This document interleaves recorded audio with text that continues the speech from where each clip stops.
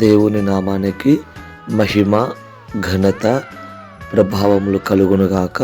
మా ప్రియులైన మీ అందరికీ మన ప్రభువును ఈ లోక రక్షకుడునైన యేసుక్రీస్తు వారి అతి శ్రేష్టమైన నామములో శుభములు, ఆశీర్వాదములు తెలుపుకుంటున్నాము.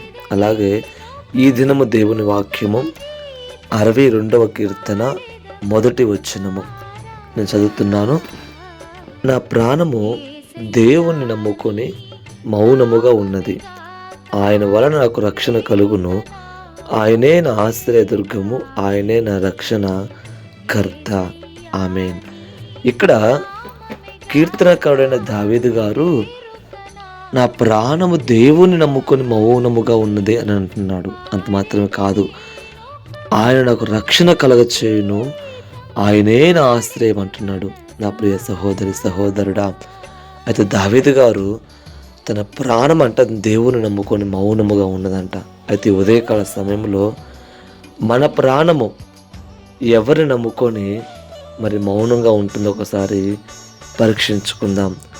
ఎవరి మీద మన ప్రాణము ఆశ పెట్టుకొనుచున్నది, ఎవరిని మన ప్రాణము రక్షణ దుర్గముగా చేసుకున్నది, ఎవరిని మన ప్రాణము ఆశ్రయ దుర్గముగా చేసుకుందో ఒక్కసారి మరి పరిశీలన చేసుకుందాం. ఎందుకంటే దావీదు గారు అంత గొప్ప రాజైనప్పటికీ ఆయన అంత రాజ్య పరిపాలన చేస్తూ కూడా రాజుగా ఉన్న అతనే మరి అతను అంటున్న మాట దేవుని నమ్ముకొని మౌనంగా ఉందంట. అతనుకున్న డబ్బును బట్టి కాదు, అతనుకున్న ధనమును బట్టి కాదు, అతనుకున్న సేన బలమును బట్టి కాదు, అతనుకున్న సైనికులను బట్టి కాదు. తన ప్రాణం మౌనంగా ఎవరిని బట్టి ఉందయ్యా అంటే దేవుణ్ణి బట్టే మౌనంగా ఉందంట.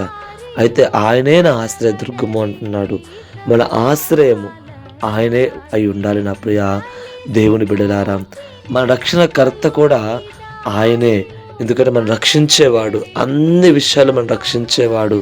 మరి పాపము నుంచి కావచ్చు, ఆపదల నుండి కావచ్చు, ప్రతి ఒక్క ఇబ్బందుల నుండి కావచ్చు, రక్షించగల సమర్థుడు ఆయన మాత్రమే. అందుకనే మరి ఆయన మీద మనము నిరీక్షణ కలిగి, నమ్మకము కలిగి, నా ప్రాణము మరి దేవుని బట్టి మౌనంగా ఉంది అని చెప్పగలి ఆ యొక్క నమ్మకమైన మాటలు మనం పలుకున్నట్లు మరి ప్రభుపేట మనవి చేయుచున్నాను. ఈ ఉదయకాల సమయంలో ఒకసారి జ్ఞాపకం చేసుకున్న ప్రియ దేవుని బిడ్డలారా, ఎందుకంటే నీ ప్రాణము మరి మన ప్రాణము ఎవరిని బట్టి మౌనంగా ఉంటుంది, ఎవరిని బట్టి ధైర్యముగా ఉంటుంది, ఎవరున్నారని చెప్పి మనం నమ్ముకుంటున్నాం ఈ లోకములో. అయితే వారే మన చేయి విడిచేసి ఆ యొక్క రోజు ఖచ్చితంగా వస్తుంది. మనుషుల ప్రేమలు అది అశాశ్వతమైన ప్రేమలు.